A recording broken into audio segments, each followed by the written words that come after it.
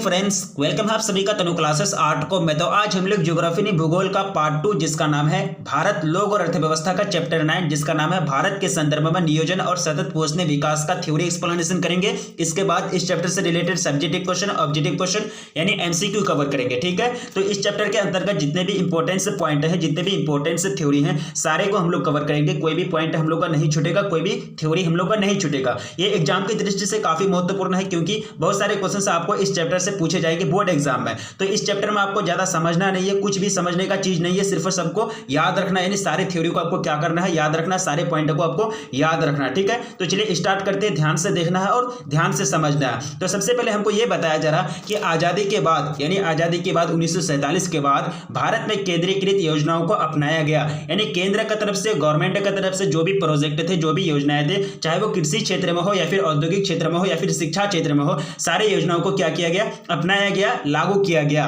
केंद्र, राज्य और सरकार स्तर पर, यानी केंद्र, राज्य और जिला स्तर पर योजनाओं को तैयार करने की जिम्मेदारी योजना आयोग की थी। यानी केंद्र हो गया और राज्य हो गया, उसके बाद जिला हो गया, ये सारे लेवल पर योजना को बनाना, योजना को लागू करना, ये सब जो कार्य थे, ये सब कार्य का जिम्मेदारी किसको थी, किसको थी, योजना आयोग को। यानी ये सब जिम्मेदारी किसको थी, योजना आयोग को। लेकिन क्या हो गया कि 1 जनवरी 2015 में, कब, 1 जनवरी 2015 में योजना आयोग की जगह नीति आयोग ने ले लिया, यानी पॉलिसी कमीशन ने ले लिया। अब कहने का मतलब ये हुआ कि ये सारे कार्य जो थे, केंद्र, राज्य और जिला स्तर पर योजनाओं को लागू करने के कार्य और तैयारी करने के जो कार्य थे, ये सब जिम्मेदारी किसको थी, योजना आयोग की थी। लेकिन 1 जनवरी 2015 ये सब काम कौन ले लिया, ये सब काम कौन करने लगा, नीति आयोग ने करने लगा। यानी नीति आयोग, पॉलिसी कमीशन अब इसका जिम्मेदारी ले लिया। यानी पॉलिसी कमीशन जो है, नीति आयोग 1 जनवरी 2015 से केंद्र, राज्य और जिला स्तर पर योजनाओं को तैयार करने की जिम्मेदारी ले ली। ठीक है, ये कब ले लिया, ये पॉइंट आपको याद रखना है। कब आपको डेट पूछे जाएंगे बोर्ड एग्जाम में, ऑब्जेक्टिव के रूप में, यानी एमसीक्यू के रूप में पूछे जाते हैं। ठीक है,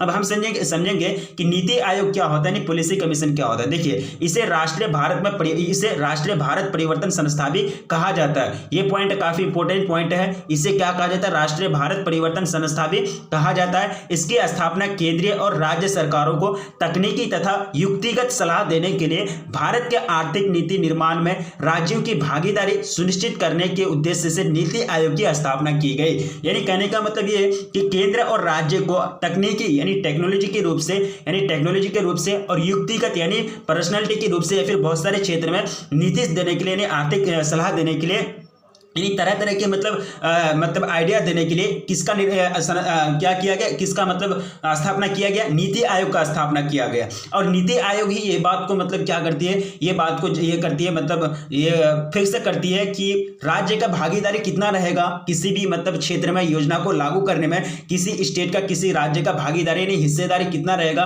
किसी राज्य के बात को कितना माना जाएगा, किसी राज्य के पक्ष को कितना जोर दिया जाएगा, किसी राज्य के पक्ष को या फिर उसके बात को कितना माना जाएगा। ये सारा चीज जो फिक्स करता, कौन करता है, नीति आयोग यानी पॉलिसी कमीशन करता है। ठीक है, पॉलिसी कमीशन, नीति आयोग कब से आने लगे, कब मतलब इसका स्थापना हुआ, 1 जनवरी 2015 में यह मतलब ये अपना अस्तित्व में आया। क्योंकि 1 जनवरी 2015 में इनका जो क्षेत्र हो गया, कार्य क्षेत्र बड़ा हो गया। कैसे बड़ा हो गया, क्योंकि ये सारे जो योजना आयोग के जो सारे काम थे, यानी ये सब जिम्मेदारी जो थी राज्य, जिला और क्या हो गया, राज्य, जिला और केंद्र स्तर पर जो योजना को लागू करने का जो जिम्मेदारी थी, ये सब किसके हाथ में आ गया, नीति आयोग के हाथ में आ गया। ठीक है, अब हम समझेंगे नियोजन यानी प्लानिंग क्या होता है। सिंपल सी बात है, प्लानिंग तो हम समझते हैं, जैसे कि कोई कार्य को करने से पहले हम लोग क्या करते हैं, सोचते हैं, प्लानिंग करते हैं। जैसे कि आगे अगर मेरा नेक्स्ट अगर एग्जाम है, अगर कोई एग्जाम है हम लोग का, तो क्या करते हैं, अभी से मतलब तैयारी करने लगते हैं, अभी से मतलब सोच विचार करने लगते हैं कि हमको ये सब्जेक्ट पढ़ना है, या फिर हम लोग को केमिस्ट्री, फिजिक्स या फिर जो भी साइकोलॉजी या फिर जो भी मतलब जो भी सब्जेक्ट आएंगे बोर्ड एग्जाम से रिलेटेड, जिस सब्जेक्ट से क्वेश्चन आएंगे उस चैप्टर की तैयारी करनी है, तो हम लोग अभी से ही उनका रूपरेखा तैयार करते हैं। ठीक है, तो यही सब क्या है, मतलब नियोजन यानी प्लानिंग, यानी किसी काम को करने से पहले उसके बारे में सोचना, उस काम को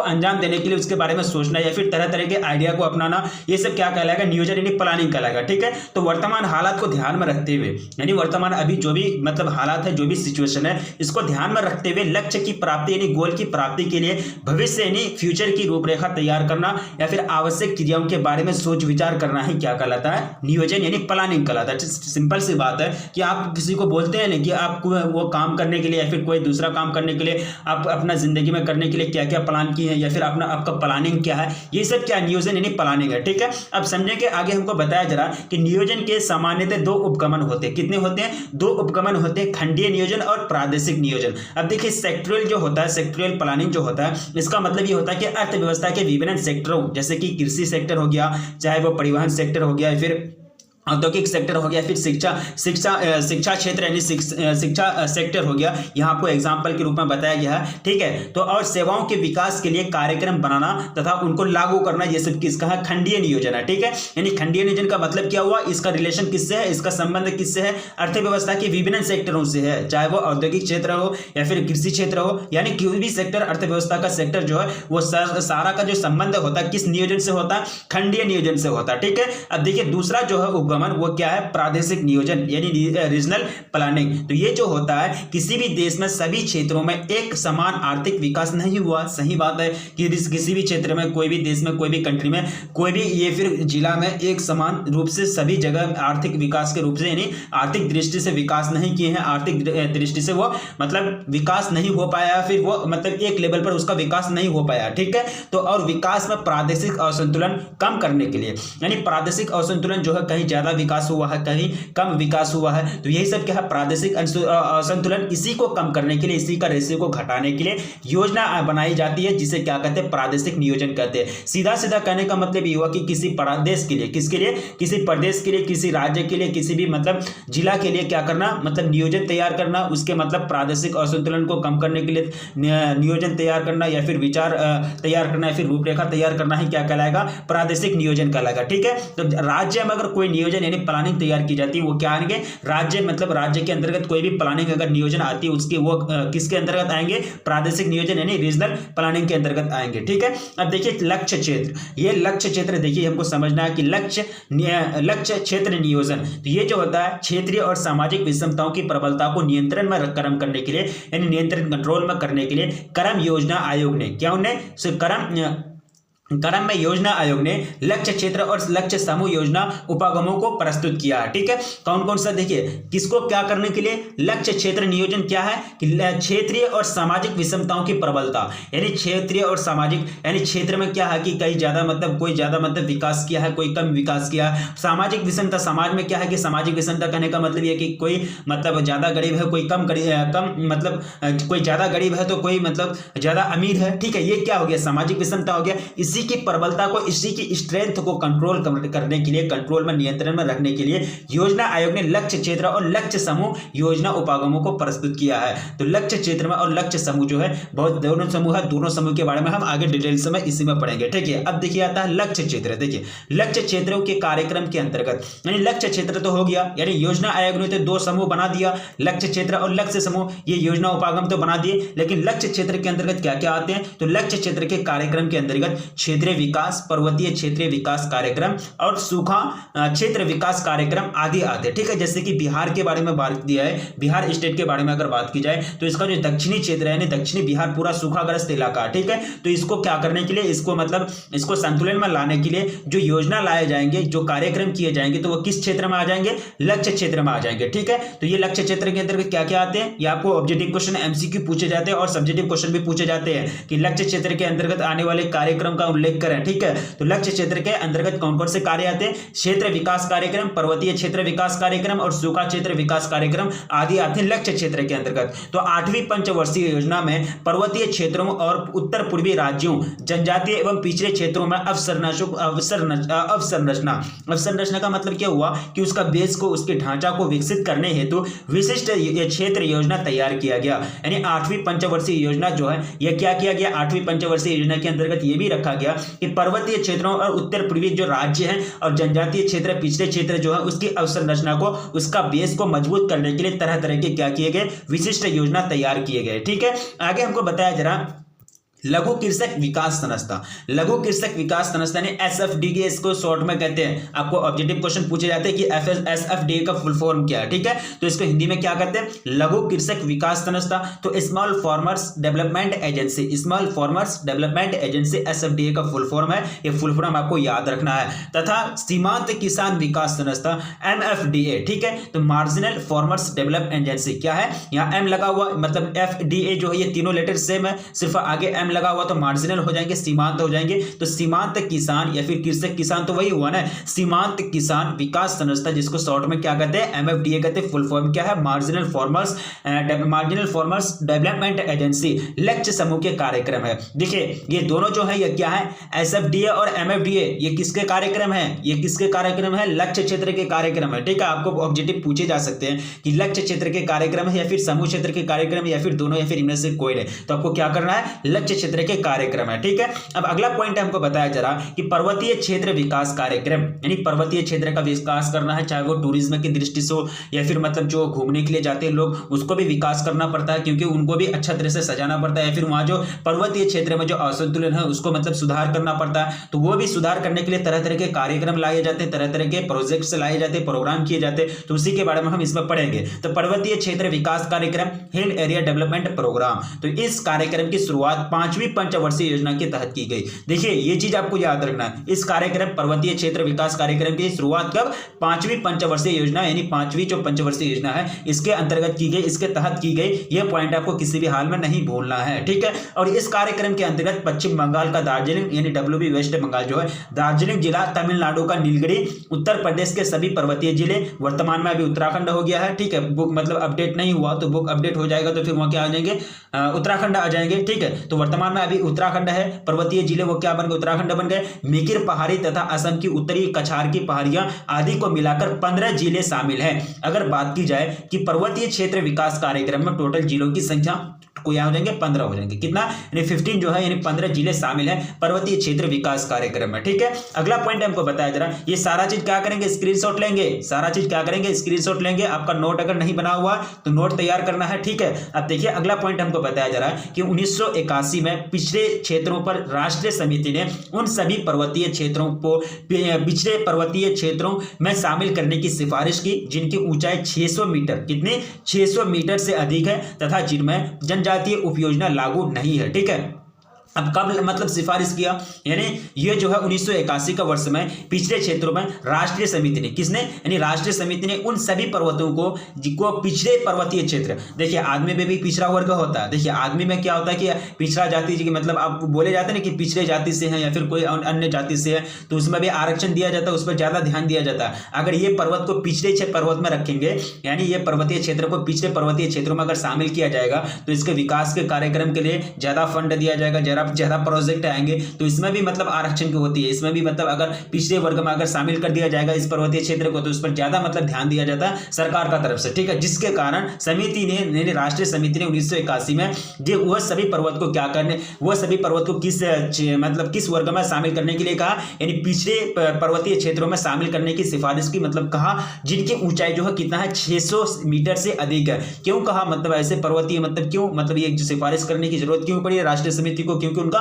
विकास करवाना है, विकास करने की दृष्टि से उनको मतलब सिफारिश करना पड़ा। ठीक है, तो ये 600 मीटर से अधिक है तथा जिनमें जनजातीय उपयोजना लागू नहीं है। ठीक है, अगला पॉइंट पढ़ेंगे। अगला पॉइंट हमको बताया जरा कि पिछले क्षेत्रों के विकास के लिए बनी राष्ट्रीय समिति, ये राष्ट्रीय समिति क्या है, पिछले क्षेत्र का विकास करने के लिए जो राष्ट्रीय समिति बना है यही ने सिफारिश किया था। ठीक है, ये समिति क्यों बनाई गई, पिछले क्षेत्र का विकास करने के लिए ये राष्ट्रीय समिति बनाई गई। बनी राष्ट्रीय समिति ने पहाड़ी क्षेत्रों के विकास के लिए निम्नलिखित सुझाव दिए। अब पहाड़ी क्षेत्र का विकास करना है, अब क्या क्या सुझाव दिए, क्या क्या आइडिया दिए, क्या क्या मतलब वो मतलब अपना तर्क दिए पहाड़ी क्षेत्र का विकास करने के लिए राष्ट्रीय समिति ने। चलिए हम पॉइंट में पढ़ते हैं। सभी लोग लाभान्वित हो, केवल प्रभावशाली व्यक्ति नहीं। सही बात है, पर्वतीय क्षेत्र का विकास होने से सभी लोग लाभान्वित हो, चाहे वो अमीर हो या फिर गरीब हो, राजा हो या फिर फकीर हो, सारे लोगों को क्या मिलना है, लाभ मिलना है। यानी सिर्फ जो प्रतिभाशाली व्यक्ति है, जो शक्तिशाली यानी जो पावरफुल आदमी है उसको सिर्फ लाभ ना मिले, सभी लोग क्या हो, लाभान्वित हो समाज के। ठीक है,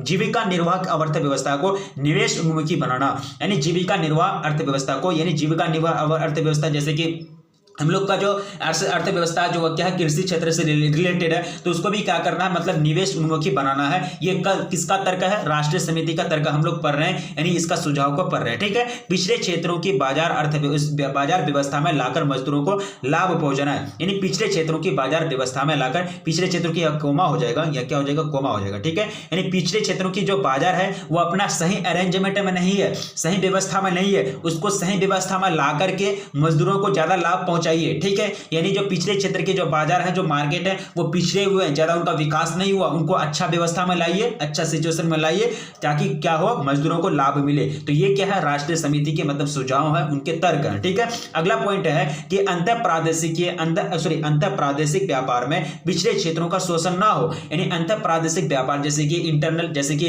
बहुत सारे देश के अंदर, यानी राज्य के अंतर्गत जितने, यानी उसके अंदर जितने व्यापार होते हैं, जितने भी बिजनेस होते हैं, उसमें सिर्फ पिछड़े क्षेत्रों का शोषण ना हो। यानी सभी क्षेत्रों को समान दृष्टि से देखा जाए, सभी क्षेत्रों को मतलब संतुलन करते हुए चलता जाए, या फिर सभी क्षेत्रों को संतुलन करते हुए व्यापार किया जाए, ठीक है। तो यही बात कह रही है राष्ट्रीय समिति। लास्ट पॉइंट है पारिस्थितिकी संतुलन बना रहे, यानी पारिस्थितिकी संतुलन जो है, इकोसिस्टम, वो भी बना रहे। ऐसा नहीं कि विकास करते गए पारिस्थितिकी संतुलन डावाडोल हो गया, यानी पूरा जीवन जीना मतलब क्या हो गया, मुश्किल हो गया, पेड़ पौधे मतलब मरने लगे। तो पारिस्थितिकी तंत्र को जो है, इसको भी संतुलन रखने के लिए कह रहा है कौन, राष्ट्रीय समिति, ठीक है। काफी मतलब ये सब आइडिया काफी अच्छे आइडिया दिए हैं, ये आइडिया को फॉलो करना चाहिए, ठीक है। अब देखिए अगला पॉइंट हम पढ़ेंगे, पहाड़ी क्षेत्र के विकास की विस्तृत योजनाएं। यानी पहाड़ी क्षेत्र, बहुत सारे हिल एरियाज जो है, उसके विकास के मतलब अलग अलग योजनाएं, अलग अलग प्रोजेक्ट लाए गए। तो पहाड़ी क्षेत्रों में रोपण कृषि, कौन, रोपण कृषि के बारे में आप पढ़े हैं बुक 1 में, भूगोल में, ठीक है। रोपण कृषि, बागवानी का विकास, पशुपालन,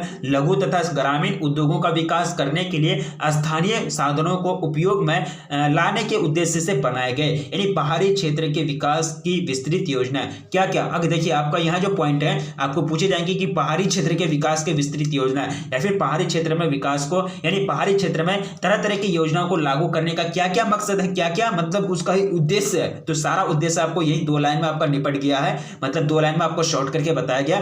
कृषि क्षेत्र यानी पहाड़ी क्षेत्रों में रोपण कृषि को बढ़ावा देना, बागवानी कृषि का विकास करना, पशुपालन को बढ़ावा देना, लघु तथा ग्रामीण उद्योगों का विकास करने के लिए स्थानीय संसाधनों को उपयोग में लाना, ये सारे क्या है मतलब उद्देश्य है पहाड़ी क्षेत्र में विकास कार्यक्रम को लागू करने का। यानी पहाड़ी क्षेत्र के विकास कार्यक्रम का ये सब क्या मकसद है, उद्देश्य है, ठीक है। आपको पूछे जाएंगे, अगर आपको पूछे जाएंगे 5 मार्क्स के, तो आप क्या करेंगे, आप पॉइंट बनाएंगे, ठीक है। यहाँ क्या लिखेंगे, पहाड़ी क्षेत्रों के विकास के विस्तृत, मतलब पहाड़ी क्षेत्रों के जो विकास है, यानी उसके विकास के योजना जो है, उनके उद्देश्य निम्नलिखित है, ठीक है। वहाँ एक पॉइंट करके लिखेंगे, कृषि क्षेत्र लिखेंगे, इसके अंतर्गत 2 लाइन लिख देंगे, बागवानी का विकास लिखेंगे, इसके अंतर्गत 2 लाइन लिख देंगे, लघु तथा ग्रामीण क्षेत्रों का जो उद्योग है, यानी ग्रामीण उद्योग जो है उसका विकास लिख देंगे। ये पॉइंट बना करके आप लिख सकते हैं, एक पॉइंट में आप 2-2 लाइन लिखेंगे, तो आपका जो क्वेश्चन का जो रेशियो होगा, जो मतलब उसका लिखना पड़ता है जितना पैराग्राफ, वो आपका फुल हो जाएगा। ये नहीं कि अदर ओवर घुसा दिए, जो आपका इफेक्टिव नॉलेज है, ये नहीं इधर उधर का बात को नहीं लिखना, जो इफेक्टिव नॉलेज है वही लिखना, ठीक है। अब हम पढ़ेंगे आगे सूखा संभावित क्षेत्र विकास कार्यक्रम, ठीक है। सूखा संभावित क्षेत्र विकास कार्यक्रम, इस कार्यक्रम की शुरुआत 4थी पंचवर्षीय योजना के अंतर्गत की गई। ये जो की गई 4थी पंचवर्षीय योजना के अंतर्गत, और सारे क्षेत्र जो है, ये आपको याद रखना, ये लाइन तो किसी भी हाल में नहीं बोलना कि सूखा संभावित जो है, ये सूखा संभावित क्या होंगे, क्षेत्र विकास कार्यक्रम जो शुरुआत की गई, इसकी जो योजना है पंचवर्षीय योजना, किस पंचवर्षीय योजना के अंतर्गत, 4थी पंचवर्षीय योजना के अंतर्गत इसकी शुरुआत की गई। इस कार्यक्रम का उद्देश्य सूखा संभावित क्षेत्रों में लोगों को रोजगार उपलब्ध कराना। इसका कार्यक्रम का उद्देश्य क्या है कि सूखा संभावित क्षेत्र में लोगों को रोजगार नहीं मिल रहे हैं, लोग भूखे मर रहे हैं, या फिर उनको मतलब आय अर्जन की कोई स्रोत नहीं मिल रही, कोई सोर्स नहीं मिल रही, तो वो सब क्या करना है, उनको रोजगार प्रोवाइड करना है, रोजगार उपलब्ध कराना है, ठीक है। सूखा के प्रभाव को कम करने के लिए उत्पादन के साधनों को विकसित करना, यानी सूखा के प्रभाव को, यानी उसका प्रभाव इतना ज्यादा हो जाता है कि खेती मतलब कृषि क्षेत्र में भी अच्छी तरह से खेती नहीं हो पाती है, तो उसके प्रभाव को कम करना है, सूखा के प्रभाव को क्या करना है, कम करना है। ये सब लक्ष्य है, ये सब मतलब उद्देश्य है, किसके अंतर्गत, सूखा संभावित क्षेत्र विकास कार्यक्रम के अंतर्गत। लेकिन 5वीं पंचवर्षीय योजना में इसके कार्य क्षेत्र बढ़ा दिया गया। देखिए ये जो है 4थी पंचवर्षीय योजना में सूखा संभावित क्षेत्र का विकास कार्यक्रम जो है इसको लाया गया, लेकिन 5वीं पंचवर्षीय योजना में और सारे काम इसमें मतलब बहुत सारे काम इसमें जोड़ दिए, यानी सूखा संभावित क्षेत्र विकास कार्यक्रम में बहुत सारे काम और भी जोड़ दिए, मतलब इसका कार्य क्षेत्र को अब बढ़ा दिया। देखिए अब क्या क्या जोड़ दिया गया इसमें, तो प्रारंभ में इस कार्यक्रम में ऐसे सिविल निर्माण कामों पर जोर दिया गया जिनमें अधिक श्रमिकों की जरूरत होती थी, ज्यादा मजदूरों की जरूरत होती थी, ठीक है।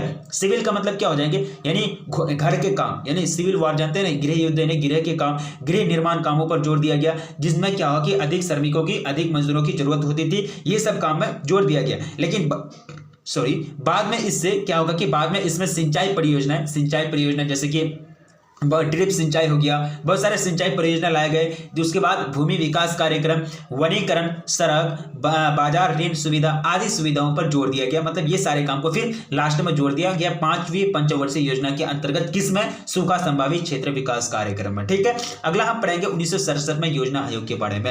यानी प्लानिंग कमीशन क्या की, यानी 1967 में योजना आयोग प्लानिंग कमीशन ने देश में 67 जिलों का जो पहचान किया गया, किसके रूप में किया? यानी 67 जिले। यहां से आपको ऑब्जेक्टिव क्वेश्चन एमसीक्यू पूछे जाते हैं। ठीक है, तो 67 जिलों की पहचान सूखा संभावित जिलों के रूप में की। और 1972 में सिंचाई आयोग ने 30% सिंचित क्षेत्र का मापदंड लेकर सूखा संभावित क्षेत्रों का परिसीमन किया। यानी डेलिमिनेशन, परिसीमन का मतलब होता है सीमा निर्धारण। ठीक है, तो इसे किया। ठीक है, 1972 में, कब? 1972 में सिंचाई आयोग ने 30% सिंचित क्षेत्र का मापदंड लेकर सूखा संभावित क्षेत्रों का क्या किया? परिसीमन किया, उनका सीमा को निर्धारित किया। ठीक है, कब? 1967 में।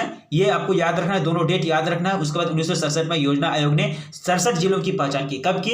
67 जिलों की पहचान की, किसके रूप में? यानी सूखा संभावित जिलों के रूप में की। ठीक है, अगला पॉइंट हमको बताया जा रहा है कि भारत में सूखा संभावित क्षेत्र मुख्यतः राजस्थान हो गया। राजस्थान में क्या है? बालू ही बालू है, यानी रेत के रेगिस्तान है वहां। ठीक है, यानी रेत के रेगिस्तान है। उसके बाद गुजरात हो गया, महाराष्ट्र के मराठवाड़ा क्षेत्र हो गया, पश्चिमी मध्य प्रदेश हो गया, तेलंगाना का पठार हो गया। ये सब क्या है? भारत के सूखा संभावित क्षेत्र है। ठीक है, अगला पॉइंट आ रहा है भरमौर जनजाति के बारे में। यानी भरमौर जनजातीय क्षेत्र, ये क्या है कि भरमौर जनजातीय क्षेत्र में हिमाचल प्रदेश के चंबा जिले के 2 तहसीलें होली तथा भरमौर शामिल है। यह 21 नवंबर 1975 में अधिसूचित जनजातीय क्षेत्र है। यानी 21 नवंबर से, ठीक है, 21 नवंबर से 1975, यानी 21 नवंबर 1975 से। ठीक है, ये कब से? 21 नवंबर 1975 से अधिसूचित जनजातीय क्षेत्र है। ठीक है, ये भरमौर जनजातीय क्षेत्र की बात की जा रही है। इस क्षेत्र में क्या है कि गद्दी जनजातीय समूह का, यानी समुदाय का आवास है। गद्दी लोग ऋतु प्रवास करते हैं। क्या करते हैं? ऋतु प्रवास करते हैं। यानी ऋतु का प्रवास का मतलब क्या हुआ कि मौसम के अनुसार, यानी क्या कि मौसम के आधार पर, यानी ऋतु के आधार पर एक जगह से दूसरे जगह जाते हैं। प्रवास का मतलब तो आप समझते हैं, माइग्रेशन, एक जगह से दूसरी जगह जाना। ऋतु प्रवास, ऋतु के कारण एक जगह से दूसरी जगह जाना। तो गद्दी लोग क्या करते हैं? ऋतु प्रवास करते हैं और गद्याली भाषा बोलते हैं। ठीक है, तो भरमौर जनजातीय क्षेत्र कहाँ है? हिमाचल प्रदेश में। ठीक है, ये पॉइंट आपको याद रखना है। अगला पॉइंट हमको बताया जा रहा है कि भरमौर जनजातीय क्षेत्र कौन है? भरमौर जनजातीय क्षेत्र में जलवायु कठोर है। क्या है? जलवायु कठोर है, तब तो क्या करते हैं? ऋतु प्रवास करते हैं। तथा आधारभूत संसाधन कम है, यानी जो बेसिक जो संसाधन है, जो भी बेसिक रिसोर्सेज है, वो क्या है? कम है। इस क्षेत्र में विकास की प्रक्रिया 1970 के दशक में शुरू हुई। कब? 1970 के दशक में इस क्षेत्र में विकास की प्रक्रिया शुरू हुई। किस क्षेत्र में? भरमौर जनजातीय क्षेत्र में, भरमौर जनजातीय क्षेत्र में। ठीक है, शुरू हुई जब गद्दी लोगों को अनुसूचित जनजातियों में सम्मिलित किया गया। अनुसूचित जनजाति में लोग सम्मिलित किया गया। ठीक है, 2011 की जनगणना के अनुसार, यानी 2011 के सेंसस के अनुसार भरमौर उपमंडल की जनसंख्या जो है क्या थी? 39,113, यानी क्या थी? 39,113 थी। तथा जनसंख्या घनत्व 21 व्यक्ति प्रति वर्ग किलोमीटर, मतलब बहुत ही कम जनसंख्या एक के हिसाब से देखा जाए। 2011 के अनुसार बिहार में थी लगभग 1106।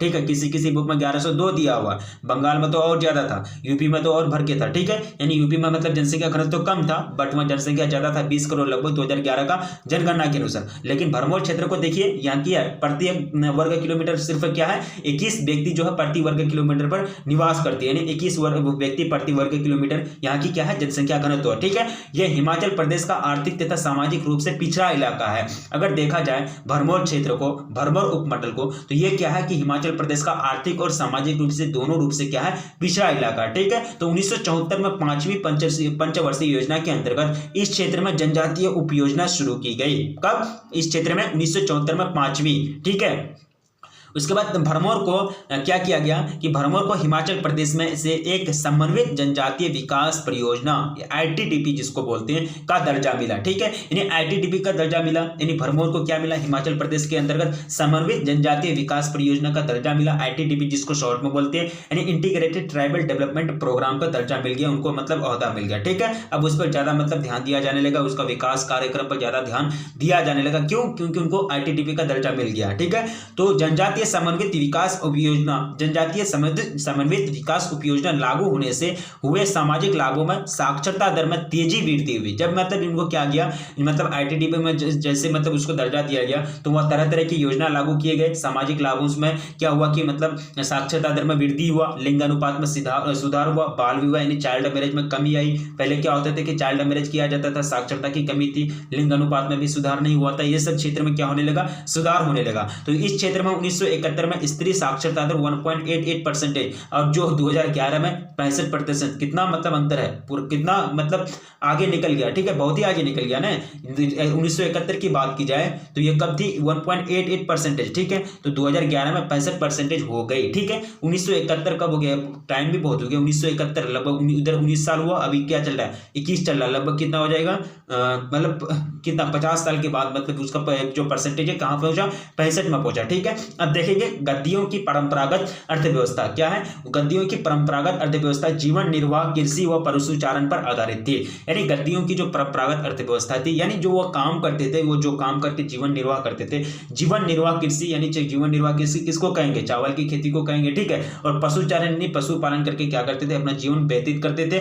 आज कुल पारिवारिक इकाई का 10वां भाग ही ऋतु प्रवास करते हैं, यानी 10वां भाग ही। अब मैंने अभी जस्ट अभी बोला कि वहां की जो जलवायु थी वो कठोर थी, जिसके कारण वहां लोगों को क्या करना पड़ता था, ऋतु प्रवास करना पड़ता था, मौसम के कारण एक जगह से दूसरे जगह जाना पड़ता था। लेकिन अभी क्या है कि अभी परिवार का 10वां भाग यानी एक व्यक्ति में 10 व्यक्ति में एक व्यक्ति ही क्या करता है, ऋतु प्रवास करता है, ठीक है। अब हम आगे पढ़ेंगे सतत पोषण विकास के बारे में, सस्टेनेबल डेवलपमेंट के बारे में। तो इसमें लोगों की कल्याण तथा जीवन स्तर, शिक्षा, जन स्वास्थ्य, समान अवसर और नागरिक तथा राजनीतिक अधिकारों से संबंधित मुद्दे शामिल है। यानी सतत पोषणीय विकास की बात की जाए तो इसमें क्या क्या शामिल है, लोगों के कल्याण, यानी कल्याण का मतलब होता है वेलफेयर, यानी उसके जो भलाई के काम है, ठीक है। लोगों के कल्याण और जीवन स्तर, शिक्षा, जन स्वास्थ्य, समान अवसर और नागरिक तथा राजनीतिक अधिकारों से संबंधित मुद्दे शामिल है किसमें, सतत पोषणीय विकास में। इसमें संसाधनों का इस्तेमाल भावी पीढ़ी को ध्यान में रखते हुए, यानी आने वाला जो पीढ़ी है, आने वाला जो जनरेशन है, उसको ध्यान में रखते हुए किया जाता है, ताकि उन्हें आने वाले समय में, यानी भावी पीढ़ी जो आने वाला जो पीढ़ी है, उसको संसाधनों की कमी का सामना ना करना पड़े, उनको संसाधनों का कमी का एहसास ना हो। ये सारे चीज को ध्यान में रखा जाता है सतत पोषणीय विकास में, ठीक है। 1960 के दशक में 1960 के दशक के अंत में, यानी लास्ट में, पश्चिमी दुनिया में पर्यावरण संबंधी मुद्दों पर बढ़ती जागरूकता की सामान्य वृद्धि के कारण सतत पोषणीय धारणा का विकास हुआ। यानी 1960 के दशक की अगर बात की जाए तो पश्चिमी दुनिया के जितने भी सारे देश हैं, चाहे वो जर्मनी हो, जापान हो, या फिर जर्मनी, अमेरिका वगैरह जितने भी थे, अमेरिका के सहयोगी जितने भी थे, वो सब क्या हुआ कि पर्यावरण से संबंधित जो मुद्दे हैं उससे मतलब जागरूकता आया, मतलब पर्यावरण अभी क्या हो रहा है, दूषित हो रहा है, वो सब इतना विकास कर लिया कि पूरा पर्यावरण को दूषित करके रख दिया। लेकिन वो 1960 के दशक के बाद क्या हुआ, उनको मतलब जागरूकता आई और सामान्य वृद्धि के कारण क्या हुआ, उसी समय से क्या हुआ, सतत पोषणीय विकास का जो धारणा है उसका विकास हुआ, ठीक है। अगला पॉइंट हम पढ़ेंगे 1960 में प्रकाशित एहरलिच का पुस्तक, ये पूछे जाते हैं। ये दोनों पुस्तक के बारे में आपको नाम याद रखना, कब डेट इसका प्रकाशन हुआ था, ठीक है। तो 1968 में, कब 1968 में एहरलिच का पुस्तक, किसका, एहरलिच पुस्तक का नाम क्या है, द पॉपुलेशन बॉम्ब, क्या नाम है, द पॉपुलेशन बॉम्ब। और 1972 में मीडोस तथा अन्य द्वारा लिखी गई पुस्तक द लिमिट टू ग्रोथ के प्रकाशन के ने सतत पोषणीय विकास पर लोगों की चिंता को और भी गहरा कर दिया, ठीक है। यानी दो बुक है, दोनों बुक कब छपे, ये पहला बुक कब छपा, द पॉपुलेशन बॉम्ब, कब 1968 में, किनका है, एहरलिच का पुस्तक है, यानी एहरलिच द्वारा ये लिखे गए। 1972 में कौन सा बुक छपा, द लिमिट टू ग्रोथ, ये बुक किनका है, मीडोस तथा अन्य द्वारा लिखे गए। मीडोस और अन्य द्वारा ने बहुत सारे इनको लिखने में, इनको रचने में बहुत सारे लोगों का हाथ होगा, मीडोस का भी होगा। मीडोस में क्या है, प्रमुख है जिनका नाम आ गया है। मीडोस तथा अन्य द्वारा लिखी गई पुस्तक द लिमिट टू ग्रोथ के प्रकाशन ने सतत पोषणीय विकास पर लोगों की चिंता को, उनकी वैरी को क्या किया और गहरा कर दिया, ठीक है। तो इसी घटना के परिप्रेक्ष्य में विकास की एक नया मॉडल, यानी एक नई मॉडल सतत पोषणीय विकास की शुरुआत हुई। अब क्या हो कि सतत पोषणीय विकास, यानी इस बुक में लिखा गया कि द पॉपुलेशन बॉम्ब, इतना पॉपुलेशन बढ़ रहा कि आने वाला पीढ़ी के लिए अगर कोई जगह नहीं है, कोई संसाधन नहीं बचेंगे, तो लोगों का चिंता बढ़ गया। तो उस समय से क्या होने लगा, नहीं भाई अब ऐसे विकास किया जाए जो आने वाला पीढ़ी को मतलब क्या हो, नुकसान ना हो, उनको कोई चीज का कमी एहसास ना हो, कोई मतलब समस्या का सामना करना ना पड़े, कोई संसाधन उसके पास कमी ना हो जाए। तभी से क्या होने लगा, सतत पोषणीय विकास की शुरुआत हो गई। यानी सतत पोषणीय विकास की ये सतत पोषणीय विकास किसको कहते हैं, इसका नाम ही है भावी पीढ़ी को ध्यान में रखते हुए विकास करना। सतत पोषणीय विकास का मतलब क्या हुआ, भावी पीढ़ी को ध्यान में रखते हुए विकास करना, ठीक है। अब अगला पॉइंट बताया जा रहा है यूएनओ के बारे में, यानी यूनाइटेड नेशंस ऑर्गेनाइजेशन के बारे में बताया जा रहा है। यूएनओ ने 2015 ने पर्यावरण से, कब, यानी पर्यावरण से संबंधित लोगों की चिंता को ध्यान में रखते हुए विश्व पर्यावरण और विकास आयोग WECT, world commission on environment and development की स्थापना की गई। और इसके प्रमुख जो है नॉर्वे के प्रधानमंत्री गरो हरलेम ब्रंडट, ब्रटलैंड थे। कौन थे? गरोहारलैंड, ब्रटलैंड थे। ठीक है, इनके क्या थे, मतलब क्या थे, इनके अध्यक्ष थे या फिर उनके मेन प्रमुख थे। ठीक है, अगला पॉइंट बताया जा रहा है कि WECD ने 1987 में अपनी पहली रिपोर्ट आवर कॉमन फ्यूचर, कब? आवर कॉमन फ्यूचर, जिसे ब्रटलैंड रिपोर्ट भी कहते हैं, आवर कॉमन फ्यूचर WECD द्वारा मतलब छापी गई थी 1987 में। ठीक है, तो WECD के रिपोर्ट के अनुसार सतत पहुंचने विकास की परिभाषा एक ऐसा विकास जिसमें भविष्य में आने वाली पीढ़ियों की आवश्यकता पूर्ति को प्रभावित किए बिना वर्तमान पीढ़ी द्वारा अपनी आवश्यकता पूर्ति करना ही क्या कहलाता है? सतत पहुंचने विकास कहलाता है। ये किसके अनुसार है? यानी ये जो रिपोर्ट है WECD के जो रिपोर्ट है, जिनको क्या कहते हैं? आवर कॉमन फ्यूचर, जिनको क्या कहते हैं? ब्रटलैंड रिपोर्ट भी कहते हैं। इन्हीं के अनुसार सतत पहुंचने विकास की अगर परिभाषा को देखा जाए तो ये कहते हैं कि एक ऐसा विकास जिसमें भविष्य में आने वाली पीढ़ियों की आवश्यकता पूर्ति को प्रभावित किए बिना वर्तमान पीढ़ी द्वारा अपनी आवश्यकता की पूर्ति करना ही क्या कहलाता है? सतत पहुंचने विकास कहलाता है। इंदिरा गांधी नहर कमान क्षेत्र, इंदिरा गांधी नहर को राजस्थान नहर के नाम से भी जाना जाता था, मतलब था। ठीक है, 1948 में कंवर सेन द्वारा संकल्पित यह नहर 31 मार्च 1958 को शुरू हुई। ठीक है, और ये जो नहर है, ये नहर पंजाब में हरी के बांध से निकलती है। देखिए, इंदिरा गांधी नहर के बारे में पूरा डिटेल बताया जरा, आपको पूछे जाएंगे बोर्ड एग्जाम में। ठीक है, ये नहर जो है हरी के बांध से निकलती है और राजस्थान के थार मरुस्थल पाकिस्तान के समांतर रेखा 40 किलोमीटर की दूरी पर बहती है। ठीक है, यानी पाकिस्तान का जो बॉर्डर है उसके समांतर, यानी समांतर का मतलब क्या हुआ कि दोनों के बीच के अगर बराबर हो तो उसी को क्या कहते हैं? समांतर कहते हैं। यानी उसके बराबर, यानी उसके मतलब सटीक कितना 40 किलोमीटर दूर ही क्या करती है, मतलब ये बहती है। ठीक है, कहां से निकलती है? हरी के बांध से निकलती है पंजाब के, और कहां तक जाती है? राजस्थान के थार मरुस्थल तक जाती है। किसके मतलब समांतर? पाकिस्तान सीमा के समांतर। कितना दूरी तक? 40 किलोमीटर की दूरी तक बहती है। ठीक है, अगला पॉइंट हमको बताया जा रहा है कि इंदिरा गांधी नहर की कुल नियोजित लंबाई कितना है? 9060 किलोमीटर। आपको लंबाई यहां दिया गया, लंबाई आप किसी भी हाल में नहीं बोलेंगे कि इंदिरा गांधी नहर कुल नियोजित परियोजना की जो लंबाई है, नियोजित लंबाई है नहर की, जो कुल नियोजित लंबाई है 9060 किलोमीटर है, तथा यह 19.63 लाख हेक्टेयर कृषि योग्य कमान क्षेत्र में सिंचाई की सुविधा प्रदान करती है। ये भी आपको पॉइंट याद रखना है, 19.63 लाख हेक्टेयर कृषि क्षेत्र को क्या करती है? सिंचाई की सुविधा प्रदान करती है इंदिरा गांधी नहर। ठीक है, अगला पॉइंट हमको बताया जा रहा है कि इंदिरा गांधी नहर का निर्माण 2 चरणों में किया गया था। पहला जो चरण है, इस चरण का कमान क्षेत्र हो गया हनुमानगढ़ हो गया, हनुमाननगर हो गया, गंगानगर हो गया और बीकानेर जिले के उत्तरी भाग में पड़ता है। ठीक है, पहला चरण। 2 चरण पूछे जाएंगे बोर्ड एग्जाम में कि इंदिरा गांधी नहर का जो निर्माण हुआ था कितने चरणों में किया गया था? 2 चरण। तो पहला चरण का डिटेल आपको बताया जा रहा है। इसके कमान क्षेत्र कौन कौन से हैं?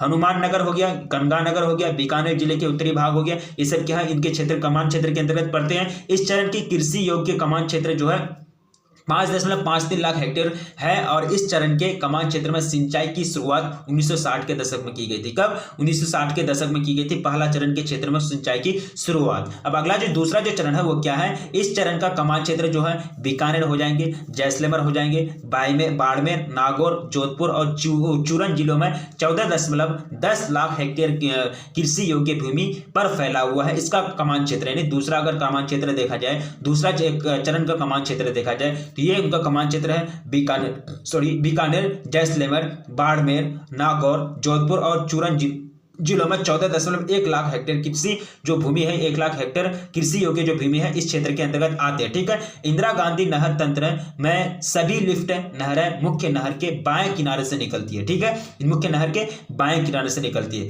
तो आपका इंडो हो गया, मतलब चैप्टर इंडो हो गया, पूरा थ्योरी कंप्लीट हो गया। ठीक है, तो प्लीज यहाँ क्या लिखा हुआ? Please like, share and subscribe. अगर आप वीडियो को अभी तक लाइक नहीं किए हैं तो प्लीज वीडियो को लाइक कर दीजिए और अपने दोस्तों में एक बार जम करके शेयर कर दीजिए। अगर चैनल पर पहली बार विजिट करें तो प्लीज चैनल को भी सब्सक्राइब कर लीजिए, क्योंकि पूरी तरह से आपको तैयारी कराई जाती है। आपको यकीन नहीं हो रहा तो चैनल का प्लेलिस्ट में जाकर के देख सकते हैं। ठीक है, तो इस चैप्टर का कोई थ्योरी और नहीं रहा। अब आगे जो करेंगे हम लोग ऑब्जेक्टिव क्वेश्चन, एमसीक्यू यानी और सब्जेक्टिव क्वेश्चन कवर करेंगे। ठीक है, तो काफी इंटरेस्टिंग चैप्टर है और ये सारे चैप्टर काफी इंटरेस्टिंग है। जितने भी चैप्टर आपको ज्योग्राफी में पढ़ाया गया हर एक सब्जेक्ट का आपको याद रखना है और इनमें जो थ्योरी है, इनमें थ्योरी से बहुत सारे क्वेश्चन आपको बोर्ड एग्जाम में पूछे जाएंगे, क्योंकि भरमौल जनजातीय क्षेत्र से काफी क्वेश्चन आते हैं बोर्ड एग्जाम में। चाहे वो सब्जेक्टिव क्वेश्चन नहीं आए तो ऑब्जेक्टिव क्वेश्चन जरूर आते हैं। ठीक है, तो कोई भी पॉइंट आपको पॉइंटों को आपको नहीं छोड़ेंगे, सभी पॉइंटों को याद रखने की कोशिश करेंगे। और इसमें योजना आयोग के बारे में पूरा तरह से आपको बताया गया, ठीक है, क्योंकि ये चैप्टर का नाम ही क्या है, भारत के संदर्भ में नियोजन और सतत पोषणीय विकास। सतत पोषणीय, नियोजन का तो मतलब समझते हैं प्लानिंग, सतत पोषणीय विकास तो समझते हैं, यानी प्लानिंग का मतलब क्या होगा, भविष्य की रूपरेखा तैयार करना। सतत पोषणीय विकास, भावी पीढ़ी को ध्यान में रखते हुए विकास करना, सतत पोषणीय विकास कहलाता है, ठीक है। तो भारत भूगोल यानी ज्योग्राफी का बुक 2 जिसका नाम है भारत लोग और अर्थव्यवस्था का चैप्टर 9 का एंड हो गया, थ्योरी एक्सप्लेनेशन, ठीक है। तो आपसे दोबारा रिक्वेस्ट की जा रही है कि अगर चैनल को सब्सक्राइब नहीं किए, वीडियो को लाइक नहीं किए, तो प्लीज वीडियो को लाइक कर दीजिए और अपने दोस्तों में एक बार जम करके शेयर कर दीजिए। जो भी नोटिफिकेशन मिलता है सारा चीज को कवर कीजिएगा। देखिए आपको नोटिफिकेशन कम मिलेंगे, वीडियो अगर अपलोड होंगे 3 तो 3 ही नोटिफिकेशन मिलेंगे, चौथा अगर वीडियो अपलोड होगा तो वो आपको नोटिफिकेशन नहीं मिलेगा। तो आप जाकर के टाइम पर क्या करेंगे, जाकर के प्ले लिस्ट में देखेंगे या फिर चैनल में जाकर के देख सकते हैं कि कौन सा वीडियोस आए, कौन सा थ्योरी एक्सप्लेनेशन आया, कौन सा नोटिफिकेशन आया, वो आप चेक कर सकते हैं, ठीक है। तो रखिए अपना ख्याल, मिलेंगे फिर नेक्स्ट वीडियो में, तब तक के लिए जय हिंद।